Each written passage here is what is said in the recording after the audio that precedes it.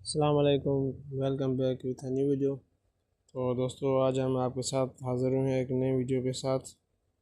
आज हम आपसे बात करेंगे हाइड्रोजेटिंग के बारे में कि हाइड्रोजेटिंग क्या होती है, उसका क्या प्रोसीजर है और वो क्यों की जाती है, कैसे की जाती है, उसकी क्या प्रिपरेशन है, उसके कौन से टूल्स हैं, उसके कौन से पेपीज़ हैं, तो उसका कितना प्रेशर होता है। ये सारी चीज़ें आज हम डिस्कस करेंगे इस वीडियो में।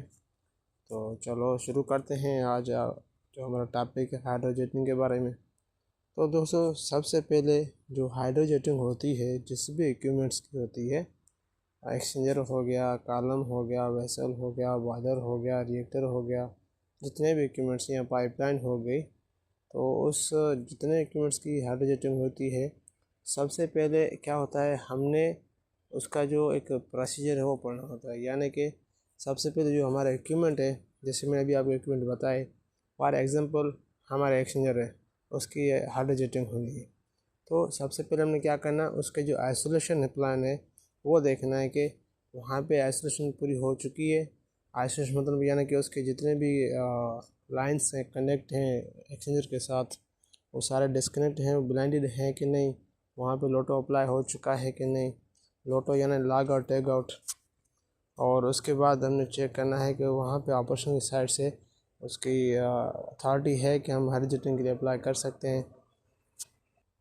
तो ये सारी चीज़ें नोट करके, सारी चीज़ें देख के फिर हम अप्लाई करते हैं हाइड्रोजेटिंग के लिए, हाइड्रोजेटिंग के परमिट के लिए। जब आपका परमिट आ जाता है हाइड्रोजेटिंग के लिए, तो सबसे पहले उसके प्रिकॉशन क्या होते हैं, उसके प्रोसीजर पढ़ें कि जो हम एक्सचेंजर की या जिस इक्विपमेंट की हम हाइड्रोजेटिंग करेंगे, उस इक्विपमेंट की प्रेशर क्या है एज पर प्रोसीजर। वो अंदर के जिसमें जितने आप प्रेशर पे हाइड्रोजेटिंग करेंगे, उसका सारा उस प्रोसीजर मेंशन होता है कि इस पे इतने PSI पे करनी है। तो बेसिकली जो आपका प्रेशर स्टार्ट होता है वो होता है 8,000 से। ठीक है। समटाइम्स क्या होता है, कुछ इक्विपमेंट्स ऐसे हैं जहाँ पे ज़्यादा स्लज जगह नहीं होती, जहाँ पे ज़्यादा शेल क्लीन मतलब कि नहीं करना पड़ता, तो उसकी मेन जो होता है मिनिमम प्रेशर वो होता है 4,000 से लेके 8,000 PSI। लेकिन अगर आप किसी एक्सचेंजर की कर रहे हैं या किसी बॉयलर की कर रहे हैं, तो उसका प्रेशर हाई रहता है, क्योंकि उसमें जो स्लज वगैरह होती है वो डीप होती है, वो स्लज इतनी आसानी से नहीं निकलती। उसके लिए उसको हाई प्रेशर देना पड़ता है 8,000 से अबव। तो जब आपने उसका प्रोसीजर पढ़ लिया, जो इक्विपमेंट है आपके पास उसका क्या प्रोसीजर है हाइड्रो टेस्टिंग का, तो उसके बाद आपने एक चीज़ नोट करनी है कि उस पर हमने जेटिंग कौन सी करनी है, लांस के साथ करनी है या गन के साथ करनी है। तो ये सारा डिपेंड करता है प्रेशर पे। अगर लो प्रेशर है तो हम लांस के साथ करेंगे, अगर हाई प्रेशर है तो हम गन के साथ करेंगे। लेकिन गन और लांस से क्यों, ये वजह बताऊँ आपको। अब देखिए, लांस में जो नोज़ल होती है उसका जो प्रेशर घूमता है जब आप ट्यूब में डालते हैं, क्योंकि लांस ऐसी चीज़ है सिर्फ वो एक्सचेंजर की ट्यूब में जा सकती है। ठीक है। गन ऐसी चीज़ है जो आप एक्सचेंजर पे यूज़ कर सकते हैं और वेसल कॉलम वगैरह पे यूज़ कर सकते हैं।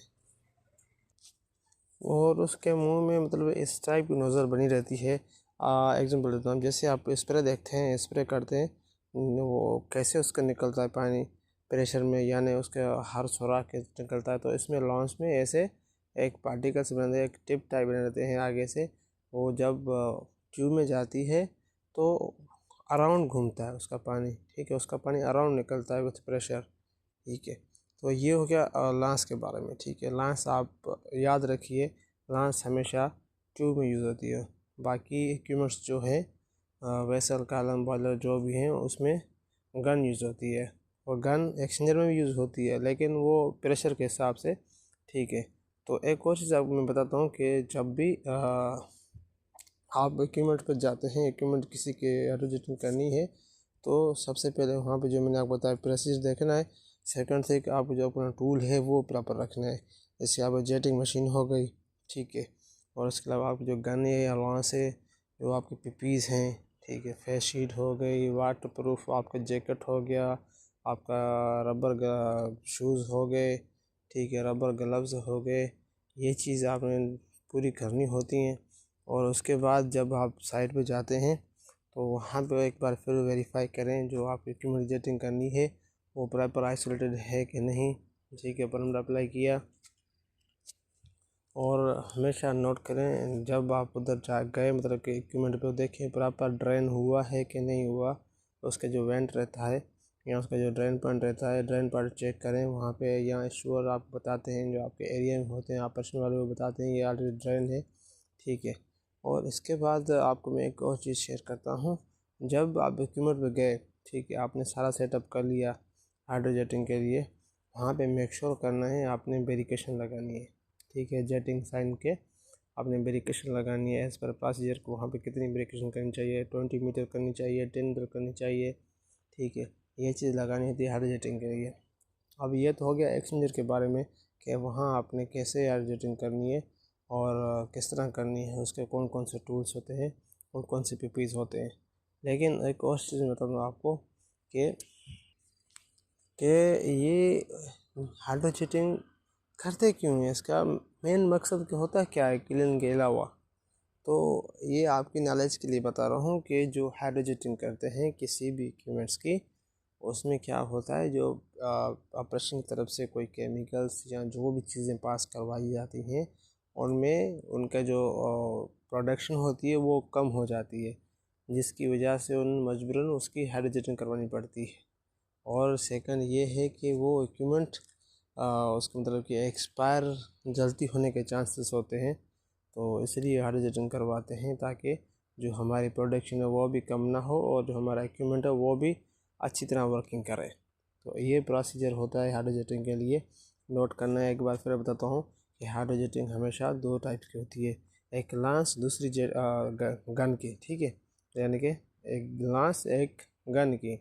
और इसका जो कम से कम प्रेशर रहता है इस पर इक्विपमेंट के प्रोसीजर के मुताबिक कम से कम 4000 PSI होता है।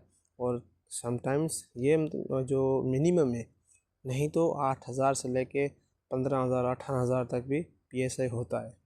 तो ये और इसके जो पीपीस होते हैं, सबसे पहले आपके पास हेलमेट होना चाहिए और फेस शीट होनी चाहिए और वाटर प्रूफ सूट होना चाहिए, गम शूज़ होने चाहिए और रबर ग्लव्स होने चाहिए और एयर मफ होने चाहिए। ठीक है, ये चीज़ें। और एक चीज़ मैं आपको शेयर करता हूँ कि जो आपके जेटिंग के टूल्स होते हैं जिससे प्रेशर बनता है उसको कहते हैं पैडल।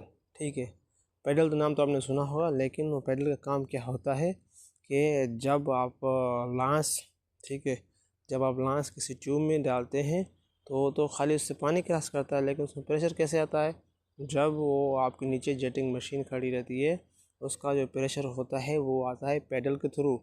जब आप पैडल पे पाँव दबाएंगे तो वो आपकी जो लांस होगी या गन होगी फुल प्रेशराइज हो जाएगी। ठीक है, ये चीज़ नोट रखनी है कि उसमें प्रेशर कैसे आता है। तो आपके पास एक टूल में पैडल भी होता है जो उसका मेन नंबर के एक इम्पोर्टेंट टूल है। और इसकी जो आपको सेफ्टी के हिसाब से बताऊं लांस और गन के बारे में, जब आप लांस किसी ट्यूब में डालते हैं तो एज़ पर स्टैंडर्ड और जो उसका प्रोसीजर है, लांस के आगे मतलब के 1 मीटर पे एक निशान लगाया जाता है। जब आप लांस को ट्यूब से बाहर निकाल रहे होते हैं तो जब वो निशान आ जाए तो आप पैडल से पाँव हटा लें, क्योंकि वो प्रेशर में रहता है। जब 1 मीटर तक आ जाएगा तो पाँव उठाएंगे तो प्रेशर फ्री हो जाएगा। ठीक है, फिर आपको उससे नुकसान नहीं होगा। और ये क्यों होता है कि जब आप लांस डालते हैं ट्यूब में, अगर प्रेशर नहीं रहेगा लांस में तो ना वो आगे जाएगी ना पीछे जाएगी, because of that tube stuck. ठीक है, यानी कि जो ट्यूब में आप लांस डाल रहे हैं उसमें स्लज होता है या उसमें जो केमिकल्स या जो चीज़ होती है वो अंदर इस तरह नहीं जाने देती, लांस को विथ प्रेशर अंदर जाता है। ठीक है, ये चीज़ आप नोट रखनी है कि जब आप लांस निकालनी है ट्यूब से कम उसका 1 मीटर पे एक निशान लगा रहता है। जब वो निशान आ जाए तो पैडल से पाँव हटा लें, फिर वो प्रेशर फ्री हो जाएगी लांस आपको, फिर आप उसको मतलब के सेफ्टी से निकाल सकते हैं। सेम यही प्रोसेस होता है गन में, लेकिन गन में 1 मीटर पे कोई निशान रहता, वो खाली गन ही रहती है। आपने गन कैसे चलानी है, ट्यूब के फेस पे आपने गन रख के वो चलानी होती है। जब आप उसको पाँव हटाएंगे तो वो प्रेशर फ्री हो जाएगी। ठीक है, ये प्रोसीजर था और ये तरीक़ेकार है जेटिंग की। और क्यों की जाती है। तो clean the any equipments for process service, ठीक है। ये आसान से डेफिनेशन है इसकी कि किसी इक्विपमेंट को क्लीन करने के लिए हाइड्रोजेटिंग की जाती है।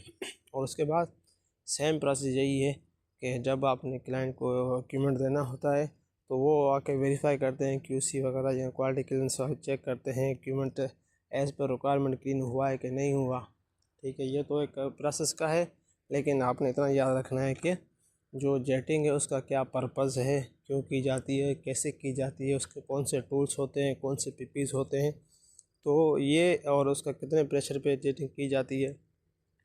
कम से कम 4000 और एक्सचेंजर के लिए क्या होता है वो 8000 से लेके 18000 तक भी हो सकती है। तो ये चीज़ें आपने नोट रखनी होती है हाइड्रोजेटिंग के लिए। उम्मीद करता हूँ आप इस वीडियो से थोड़ा बहुत सीखे होंगे और इंशाल्लाह हम मज़ीद सिखाएंगे इसके बारे में। और इस वीडियो में कोई आपका क्वेश्चन है या सजेशन है तो प्लीज़ हमें आप कमेंट सेक्शन में बताएं, हम आपको सिखाएंगे या हम आपसे सीखेंगे। क्योंकि इस फील्ड में हम ये नहीं कहते कि कोई बंदा एक्सपर्ट है, कुछ हम आपसे सीखेंगे, कुछ आप हमें सिखाएंगे, ठीक है। तो मिलते हैं नेक्स्ट वीडियो में, तब तक अल्लाह हाफिज़। Thank you so much, take care.